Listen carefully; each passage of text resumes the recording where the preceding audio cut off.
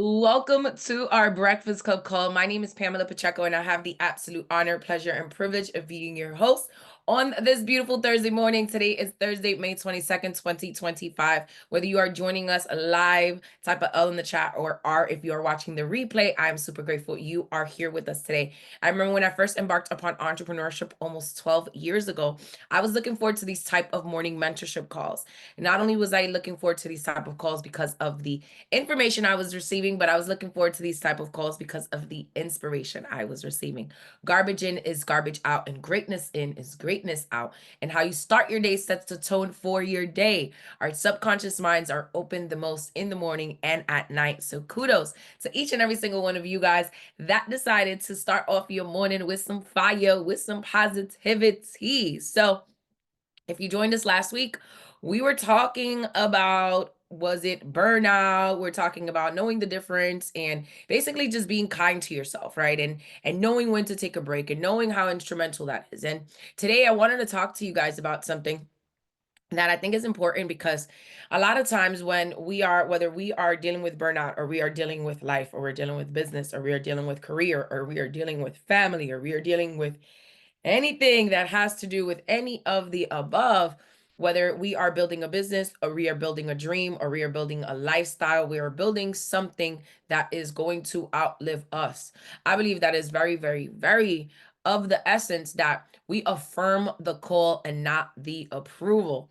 Shout out to Pastor Rich Wilkerson Jr. that actually gave me the title for this from a recent email conversation that we had not too long ago. But I love when we talk about, I love talking about leadership. I love talking about life. I just love talking, period, right? I just love chatting with you guys. But, when we think about, when I mean of affirm the call and not the approval, is also giving yourself permission, because you realize that real leadership isn't about applause, it's about alignment.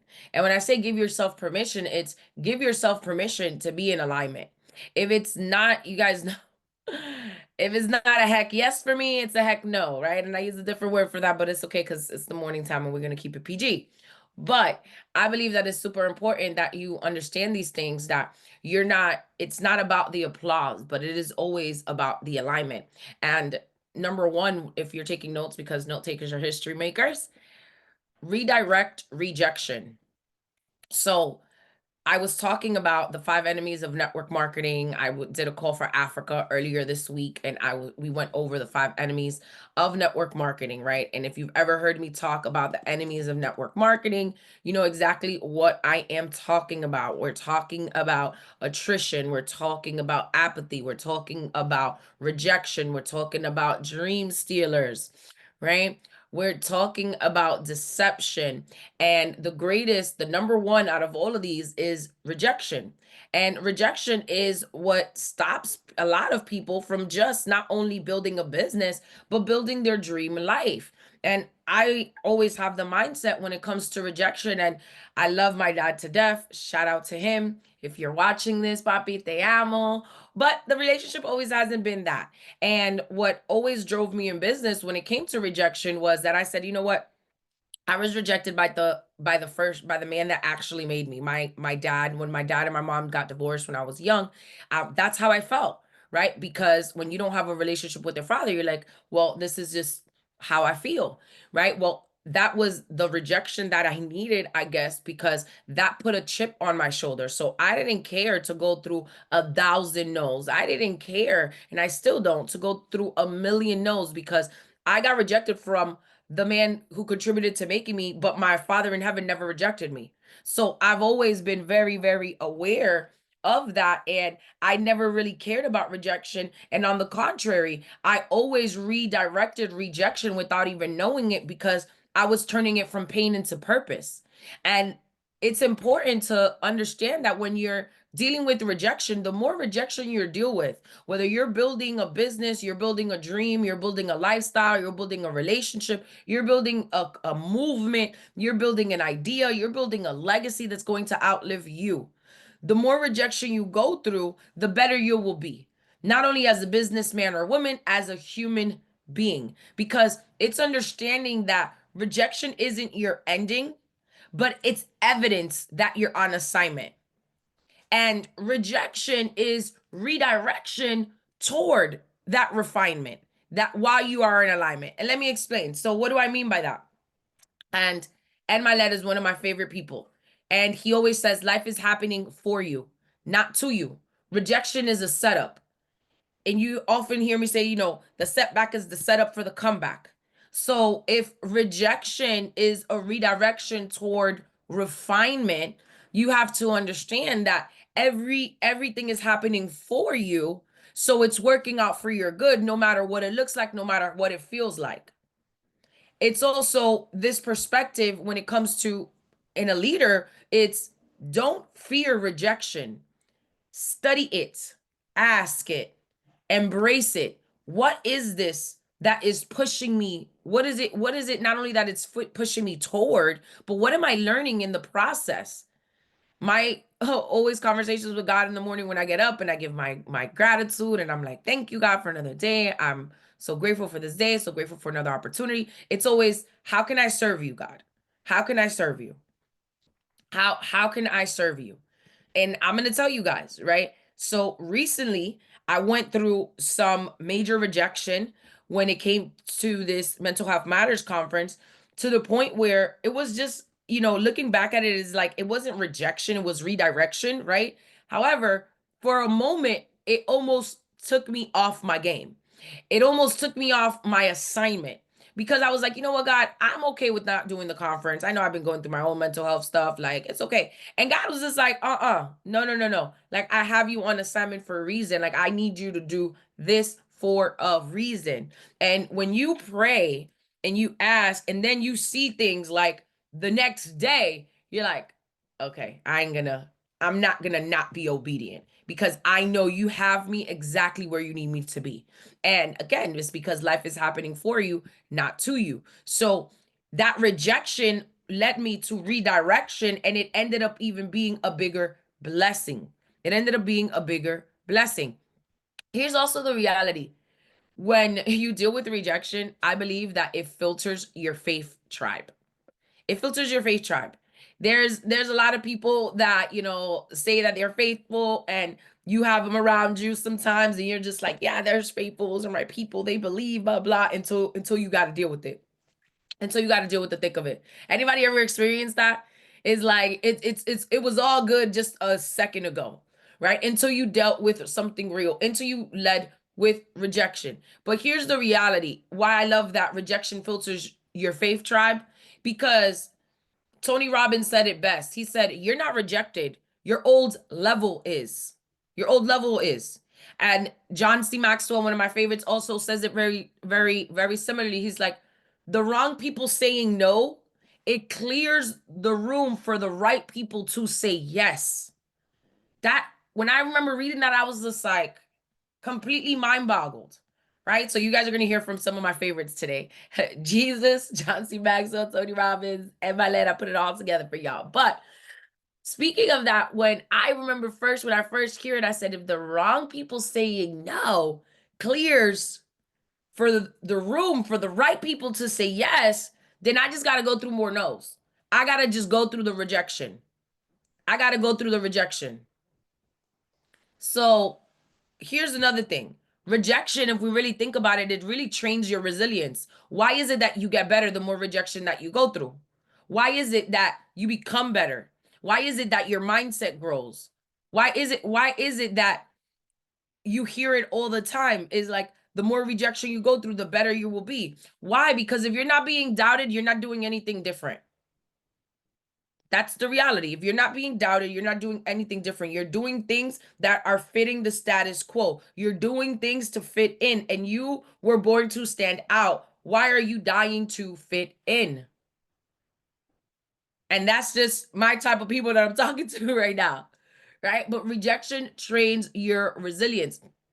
And I remember when I first read the book Winning, and by Tim Grover, and when he said that, and also in the book Relentless, he said the same thing. It's like, if you're not being doubted, you're not doing anything different. And I was just like, oh. And it correlates very similar to when Ed Milet said, Confidence comes from keeping promises to yourself, even when the world says no. Think about the promises that you've kept to yourself, even when the world said no. And if you haven't, then you need to reassess that.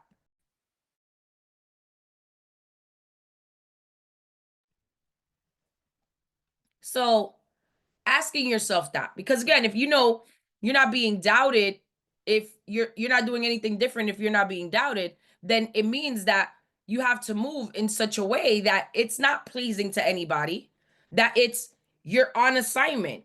So when we're talking about affirming the call and not the approval, it's knowing that. But it's also, yes, that confidence, that confidence, it comes from you keeping the promises to yourself, even when the world says no. And the reality is also that when we talk about rejection, it's clarity disguised as disappointment. Rejection is, clarity disguised as disappointment. I saw a meme the other day that said, that thing that broke my heart straight in my vision. It cleared out my vision tremendously. And when I heard that, I was like, that makes a lot of sense. That does make a lot of sense. Because rejection, I believe, is heaven's boundary line. It is. And the reason why it does come disguised as disappointment, because I believe that God does have a filtration process. That he has to see how bad do we want things. But he'll never let hard work go unnoticed.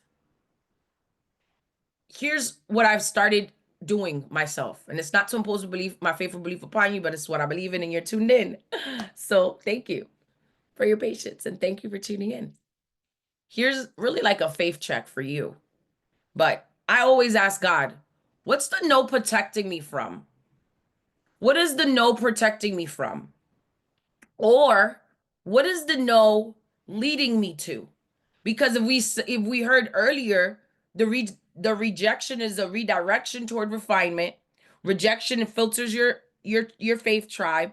Rejection trains your resilience, and it is clarity disguises disappointment. Why? Because now you know exactly where you stand. So it's important for you to take time and actually assess what it is that you are looking at, or what it is that you're feeling, or what it is that you're experiencing, or what amount of rejection. Because sometimes you're going through rejection just because you're not contacting the people that are on assignment with you. You're not around your tribe, right? If you're getting value from this type of V in the chats, please. Thank you. Appreciate y'all. So, assignment over affirmation. Assignment over affirmation. So you heard me say it, yes. You heard me say it earlier. One yes from God outweighs a million no's from man. God's yes is more than enough. And I always say this to my mentees and my youth group for church. I was like, you were built for likes. You were not built for likes. You were built for legacy. I'll say it louder for the people in the back. You were not built for likes. You were built for legacy. So what does that mean? Your calling, it precedes an applause. You don't need the applause, because your calling comes before that. And when I first heard Ed Malet said, you already have a yes from heaven, act like it. I was like, I always say that, like something similar, but not exactly. Because it's knowing that with or without them, it's going to happen because you're on assignment, and God will always position you exactly where you're supposed to be. He will always divinely align you with the people that are supposed to be in your path, that are in alignment with your assignment. But your calling precedes the applause, because leadership is never about position, it's about purpose. Assignment also builds identity. Affirmation builds insecurity. So let me break that down.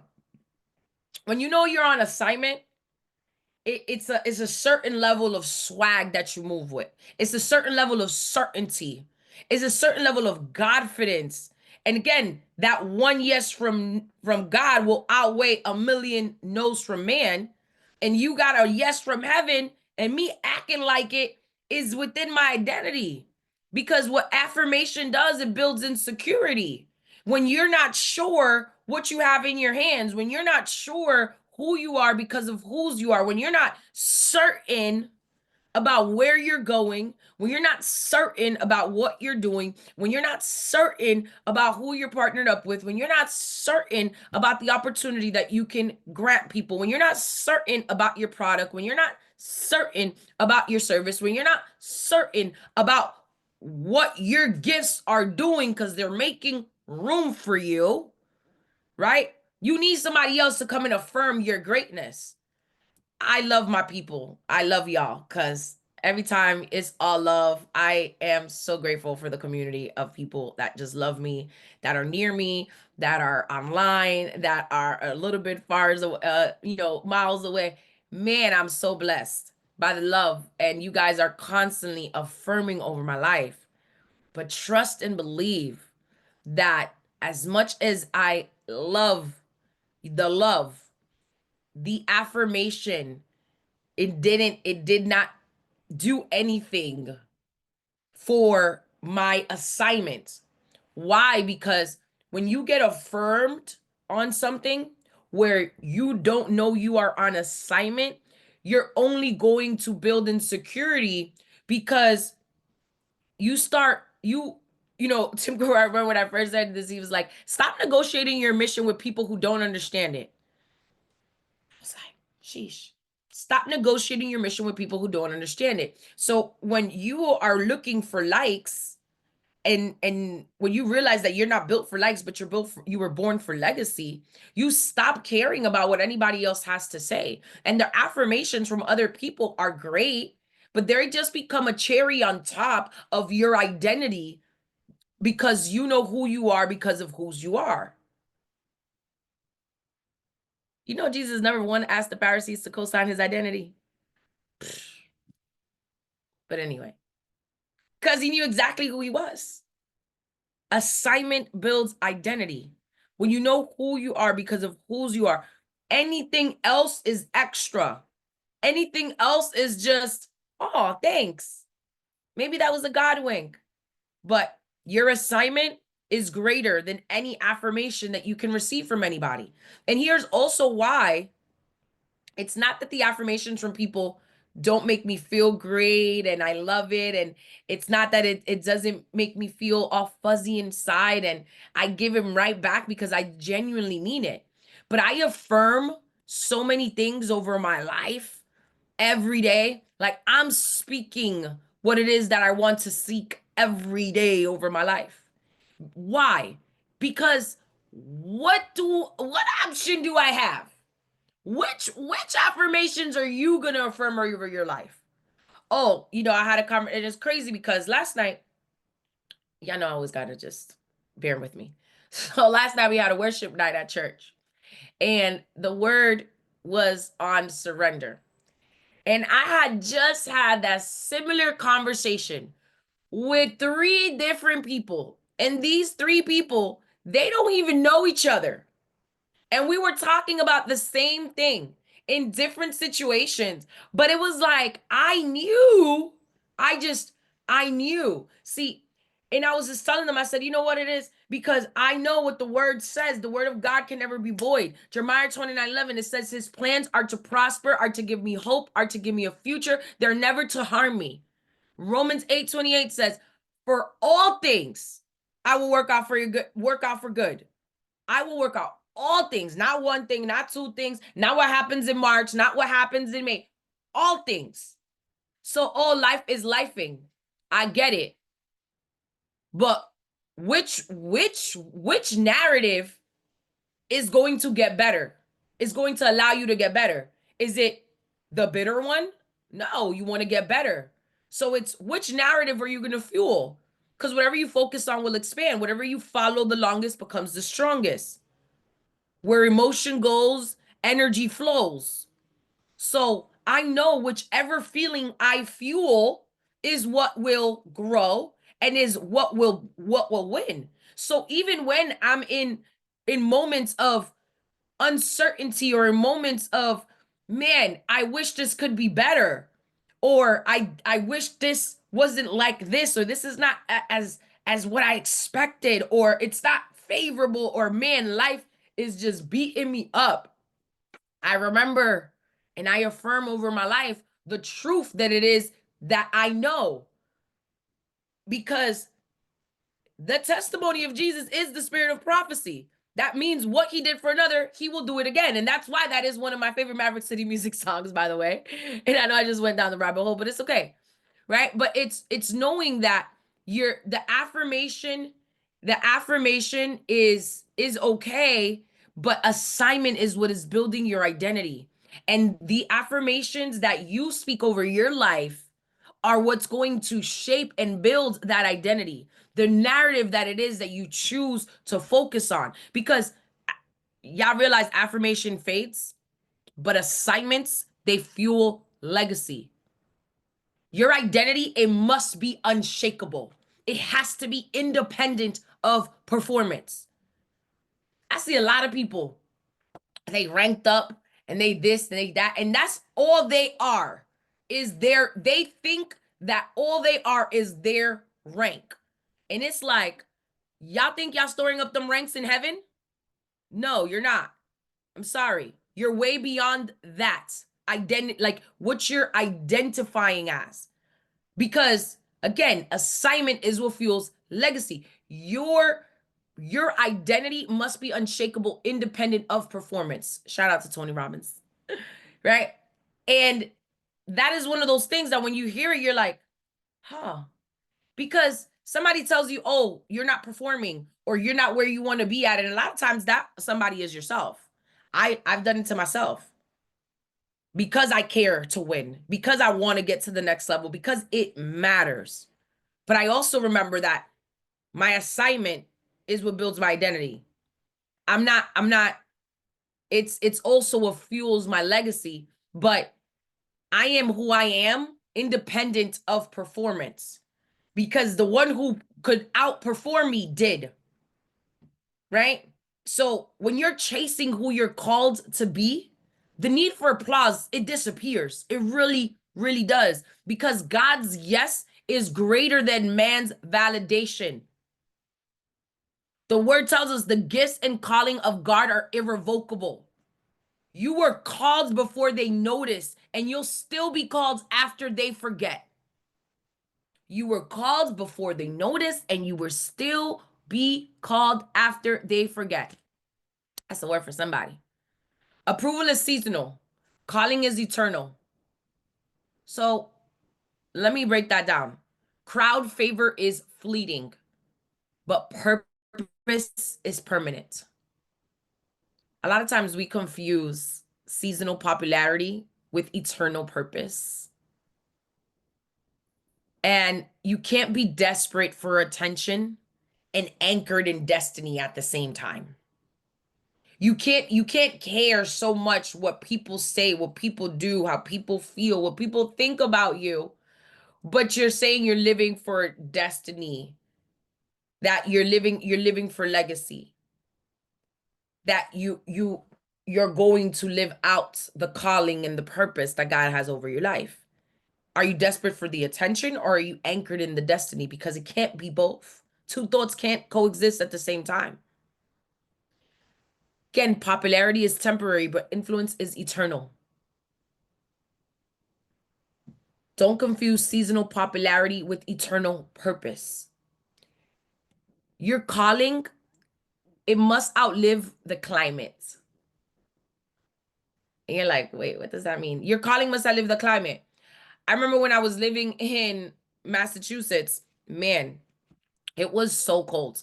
I never, ever, ever, and I grew up early childhood in New York City, in the Bronx. Then I moved to Miami, for those that are just watching me for the first time. Fun fact of the day.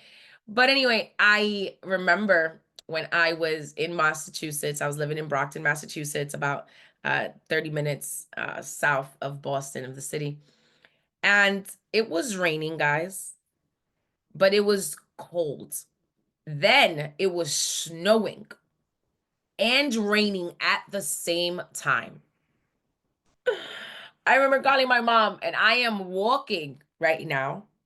I was walking to the nearest mall that was like around the corner, like a few blocks, maybe like maybe like 2 miles. I was walking, and in the rain while it was snowing, and I'm in boots, so y'all know I love my heels. Okay, I'm in some stiletto boots, knee-high boots, because it was cold, and a jacket on, like a bubble jacket on, and I am freezing, and I'm talking to my mom, and I'm like, Mom, this is the devil state, Mom. Can you believe, like, I've never seen it raining and snowing at the same time? I was like, what is this? I've never experienced such atrocity in weather. But I was on assignment because I had a business meeting that I had to go to. And the person that whose car I was using at the time, I couldn't use the car. My Uber canceled, so I couldn't Uber anywhere. And I was like, well, then I guess I'm gonna walk. And as I started walking, it was already, snowing a little bit, and then it started raining, and I was like, nah, this is not it. I cannot believe this is happening. I cannot believe this is happening. Why is that? Is because I also understood that it's me not only focusing on the circumstance, it's also me realizing that my calling gotta outlive the climate. The goats don't care what temperature it is, they bring the fire. So you have to understand that when you are on assignment, it may not be the best circumstances all the time. It may not be the best feeling all the time. It may not be immediate results. It may not be immediate growth. It may not be immediately what it is that you envisioned. But when you understand that you going to bring the fire no matter what temperature it is, you're not called to adapt to culture. You're called to advance the kingdom standards. I best read it like this: if you anchor to applause, you'll drift in storms. I was like, oof, that was good. If you anchor to applause, you'll drift in the storms, because that's where your identity is. That's what you value. And it's like, I don't know about y'all, but I'm gonna build it on a rock. It's upon a rock. Is that how we build? That's a firm foundation right there. But don't let the noise of others' praise distract you from your next move. The biggest threat to a lot of success is a little bit of success. The biggest threat to massive impact is a little bit of impact. The biggest threat to massive growth is a little bit of growth. But if you anchor to applause, you drift in the storms.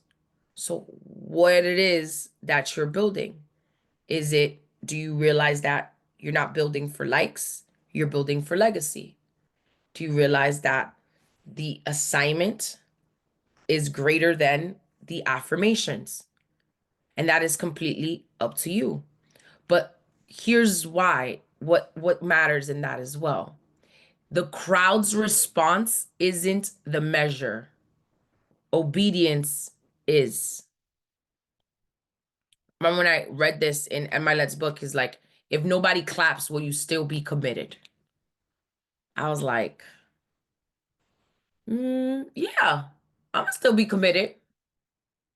Are you? And I've seen that over and over and over again happen in so many different areas of life. If nobody claps, will you still be committed? Until, what does that until look like? It looks different for everybody. As we move into the next section, leading without likes, inner certainty in outer criticism. So, leadership is doing the right thing even when nobody's watching. or liking it. Leadership is the people that bring certainty to an environment that there isn't any. Leadership, right, is you get paid in public for what you do in private. But private discipline fuels public leadership. So, what are you doing each and every single day to work towards your goals, towards your dreams, towards becoming the best version of you? Are you working on your faith? Are you working on your family? Are you working on your fitness? Are you working on your fortune? Are you working on your phone, on your fun? Jesus withdrew to lonely places just to pray, and Luke 5:16 tells us that. John Maxwell always says you can't lead others until you lead yourself. Your habits really reveal what it is that you believe about yourself. And I always used to say that in something similar. And when I read Evelyn said the same thing, I was just like, oh, that does make sense. Oh, yeah, that does. Why? Is because what you really believe about yourself, what you really believe about yourself, you will reveal in your day-to-day habits. Not only what you do for you, what you do for others, how you show up, the little things, the mundane, the little things over and over and over and over and over and over again. So when we're saying things like private discipline, it fuels public leadership because no matter what it is that you're doing, it you're going to get applauded for, right? Or recognized later on. But it's more so when you know that you're doing it for legacy. You're not looking forward to the applauses. You're looking forward to being in alignment with the assignment. And you're not going to care what the noise looks like. Because criticism, y'all, it is the tax on calling. You will be criticized in life no matter what. You might as well be criticized for winning. The only way to avoid criticism is to do absolutely nothing and be nothing. First time I heard Tony Robbins say that, I was like, wow, oh my goodness, he's so right. Like, give him something to talk about. See, they can say whatever they want to say, but when they finish that sentence, they're going to be like, but she doing her thing though. It is what it is. So when you understand that criticism is the tax on calling, it doesn't, you move a certain way because you're on assignment. Your identity is just different. Here's really also this: certainty is not something external, it's spirit led. When you're aligned with God, you gain access to boldness no applause can give you. Like purpose over popularity, always. Every silent season is sacred. Growth is never accidental, it is intentional. And as we bring this in for a landing, faithfulness over fame, finish the assignment. The ultimate goal is not fans, it's finishing. So when we think of, faithfulness being the foundation of our legacy, and we understand that leadership success really is the daily grind. It's not just the highlight reel. And it's also the daily grind when you're working on things and you're working on yourself and you're working on things nobody can ever take away from you. And it's knowing that you gotta throw yourself over the line one more time. You deserve it. Your dreams are worth it. Your legacy is worth it. But having that faithfulness is going to always be the foundation of your legacy. Fame can't carry you, but obedience always can. Why? Because what we just talked about, fame is temporary. Don't chase being known. Chase being effective. Effective. Fulfillment is not fame. Fulfillment, sorry, is the ultimate, is really and truly the ultimate success when we think about it. Because the legacy that's gonna outlive us when our great grandkids are like, man, my auntie, my great, such and such did it. And you realize that, man, it was all about the fulfillment. It was never about the fame. It was about the fulfillment. That was the ultimate success. Finishing anything in life is always going to require some type of spiritual warfare. Every only closer finish. He calls the faith. So it's important that you stay in your lane, even if you're limping, because heaven is always keeping the score and God always got us. So it's moving in such a way that, again, you're on assignment. You're not doing it for the affirmations. You're not doing it for the applause. Legacy that is going to outlive you, it has to be activated. Has to. It's also you also knowing this. How asking yourself this also. How bad do you want what it is that you said that you want? How bad? How bad does those things matter? Because when you think about legacy activation and leading from the kingdom, not the comets, it's knowing you're called for impact, not applause, and you're leading accordingly. You're not a brand, you're a blueprint. You're the one in your bloodline. God trusted you with this era, with this dream, with this generation. So it's, as a kingdom leader, it's normalizing alignment over attention. Why? Because your assignment is always greater than the affirmation. The real ones, we don't need validation. We validate the mission. The reward is never the platform, it's the impact. Because that's why they say success without fulfillment is failure. Leaders leave footprints, not just impressions. Our obedience is what's going to unlock someone else's breakthrough. I said this a few weeks ago. Imagine if your story can be somebody else's survival guide. Your yes might be the one that breaks generational cycles, launches movements, or even heals hearts and people. We don't need permission to walk in our purpose. We already have heaven's endorsement. And it's time that we lead like it. It's time that we honor ourselves and honor our calling and continue to do all of the things that we've only dreamed of doing. But that those little things that wake you up in the middle of the night, or that thing that just gets you out of bed excited because you're like, man, I am on assignment. Affirm the call, not the approval. Again, redirect rejection from pain to purpose. Remember your assignment over affirmation. God's yes is enough. Approval is seasonal. Calling is eternal. Leading without likes. Inner certainty and outer criticism. Faithfulness over fame. Finish the assignment and activate your legacy. Lead from the kingdom, not for the comments. Breakfast has been served. As always, it is my pleasure, honor, and privilege to serve you. Blessings on blessings. Great day. God bless y'all.